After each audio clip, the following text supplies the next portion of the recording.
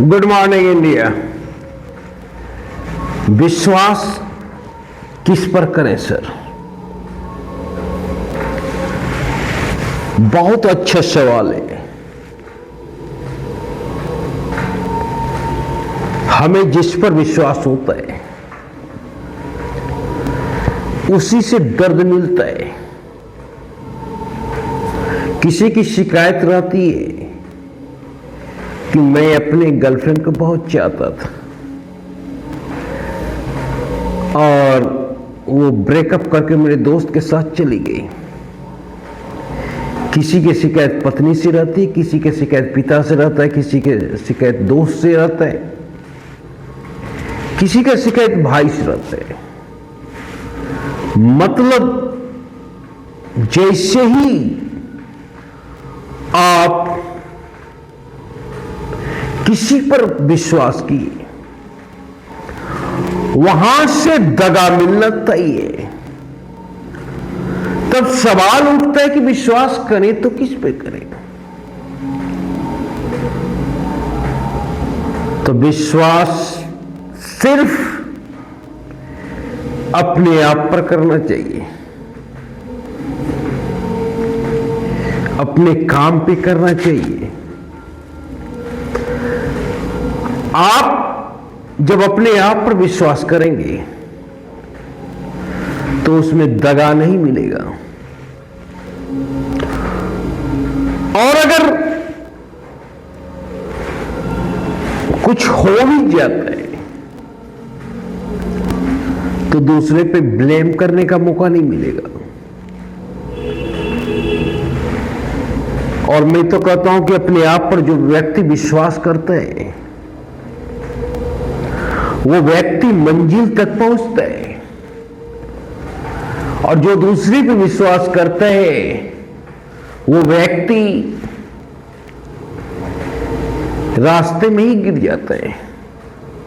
वो व्यक्ति मंजिल तक नहीं पहुंच पाता है, उसका सफर पूरा नहीं हो पाता है। इसका एक कारण है, जब हम अपने आप पर विश्वास करते हैं तो हम परमात्मा पर विश्वास करते हैं, और परमात्मा हमें कभी धोखा दे ही नहीं सकता है। और जब परमात्मा पे विश्वास करोगे तो सफर तो पूरा होगा। और जब तुम दूसरों पे विश्वास करोगे, मतलब पत्नी, मतलब गर्लफ्रेंड, मतलब माता पिता या भाई बंधु इत्यादि, तब वो सफर पूरा नहीं होगा, अधूरा ही सफर रहेगा, मंजिल भी नहीं मिलेगा। मंजिल पाने के लिए तुझे अपने आप पर विश्वास करना होगा, दूसरों पे विश्वास नहीं करना होगा। दूसरी बात, इस दुनिया में आप आते समय भी अकेले थे और जाते समय भी अकेले होगे, और जब आपकी विवेचना होगी तो वो भी अकेले होगा, और जाने के बाद भी अकेले होगा विवेचना। मतलब ये दुनिया एक रंगमंच है, इस पे हर आदमी अपना रोल अदा कर रहा है, और कौन रोल कैसा रहा इसका विवेचना तो होगा, और आपके जाने के बाद विवेचना होगा।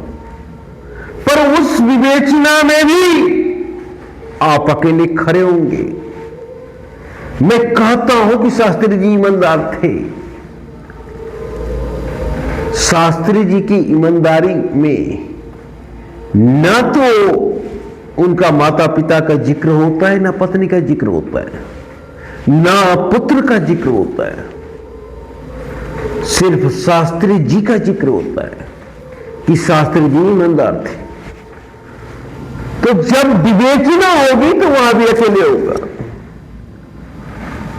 तब विश्वास कैसे किया जा सकता है जब हम आने वक्त भी साथ नहीं है, जाने वक्त भी साथ नहीं है, और जब हम इस दुनिया से चले जाएंगे तो विवेचना में भी हम अकेले होंगे। तो इसलिए जो आदमी अपने आप पर विश्वास करता है वो आदमी पूरा सफर तय करता है, और जो आदमी दूसरे पे विश्वास करता है वो आदमी सफर पूरा नहीं करता है, वो रास्ते में ही लुढ़क जाता है, वो आधा सफर में ही बम बोल देता है। मंजिल दिखता है पर मंजिल तय नहीं कर पाता है। ये होती है अपने आप पर विश्वास करने से। इसलिए मैं तो कहता हूं कोई भी काम करो अपने आप पर विश्वास करो। महाभारत का दृश्य याद करो। दुर्योधन को अपने आप पर विश्वास नहीं था। दुर्योधन को विश्वास था कर्ण पे, दुर्योधन को विश्वास था द्रोणाचार्य पे, दुर्योधन को विश्वास था भीष्म पे, दुर्योधन को विश्वास था नारायणी सेना पे।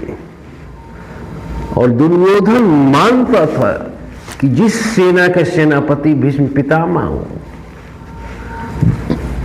उसे कोई हरा ही नहीं सकता है।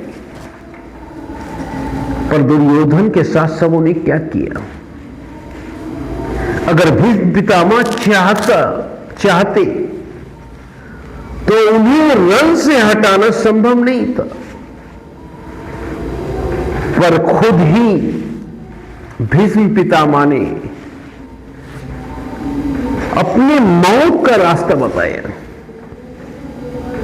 कि इस तरह मैं मर सकता हूं। कर्ण ने भी क्या किया? हालांकि कर्ण अंतिम समय तक साथ नहीं छोड़ा, पर कर्ण ने भी मन से युद्ध नहीं लड़ा, क्योंकि अगर मन से युद्ध लड़ा होता तो पांडव के 4 भाई कम से कम जीवित नहीं होते। सबों ने दुर्योधन को धोखा दिया, धोखा ही कह सकते और क्या कहेंगे। और इसके उपरांत दुर्योधन हारा, कौरव की इतना विशाल सेना हारी, पर पांडवों को विश्वास अपने आप पर था। पांडवों को किसी और पे विश्वास नहीं था। पांडवों को विश्वास था अर्जुन की गांडी पर, भीम की गदा पर। जब अपने आप पर विश्वास होता है तब किसी भी परिस्थिति में आप मंजिल पा ही लेते हो। और वही हाल पांडव का हुआ। पांडव ने युद्ध जीता और अपने बदौलत जीता, और दुर्योधन ने युद्ध हारा क्योंकि दुर्योधन ने दूसरों पर विश्वास किया। इसीलिए दूसरों पर विश्वास करना ही नहीं है। इस जिंदगी में अगर कोई जंग जीतना है तो अपने आप पर विश्वास कीजिए। हर निर्णय आपका हो तभी वो जंग जीत सकते हैं। अगर निर्णय दूसरे का होगा तो आप नहीं चल पाइएगा उस रास्ते पर, और अगर चलिएगा तो हर डेग पे कांटे गिरेंगे, आपको तकलीफें होंगी, आपको पीड़ा होगी, आप रो के चलिएगा। इसीलिए विश्वास जब भी करे अपने ऊपर करे, परमात्मा के ऊपर करे, तो ही आप इस दुनिया में धोखा नहीं खाइएगा। धन्यवाद।